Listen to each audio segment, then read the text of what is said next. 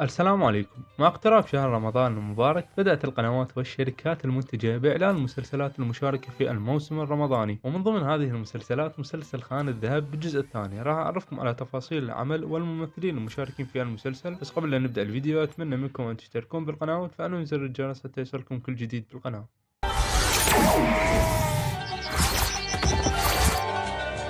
مسلسل خان الذهب الجزء الثاني هو من بطولة الفنان غسان إسماعيل والفنان سيف الشريف والفنانة رويدة شاهين والفنانة سارة البحراني والفنان أحمد الخفاجي والفنانة سارة أوس والفنان طه علوان والفنان سامي قفطان. ومن الوجوه الجديدة في الجزء الثاني الفنان عزيز خلدون وحافظ العتيبي وسلوى الخياط. مسلسل خان الذهب هذا الجزء راح يكون بعنوان خان الذهب البداية. مثل ما شفنا منصة شاهد نزلت البوسترات المبدئية للمسلسل، ولاحظ وجود شخصية أمير وشخصية صابرين، واللي كلنا شفنا وعرفنا إنه دورهم انتهى وخلص بنهاية الجزء الأول، بحيث أحداث هذا الجزء راح تدور حول الفلاش باك والعودة بالذكريات. يعني الأشخاص اللي غادروا بالجزء الأول وانتهى دورهم راح يرجعون نفسهم بالجزء الثاني عن طريق الذكريات. يعني وجودهم يقتصر على الذكريات، مثل الفنان سيف الشريف بدور أمير. والجزء الثاني راح يكون امتداد لأحداث الجزء الأول. نقدر نلاحظ من اسم الجزء الثاني اسمه خان الذهب البداية، يعني راح يرجعون بالذكريات للماضي، شلون كانت حياتهم وشلون صاروا. والمسلسل من تأليف محمد حنش، والمسلسل من إخراج مخرج ثاني وليس مخرج الجزء الأول بهاء خداج. وصرح المخرج بهاء خداج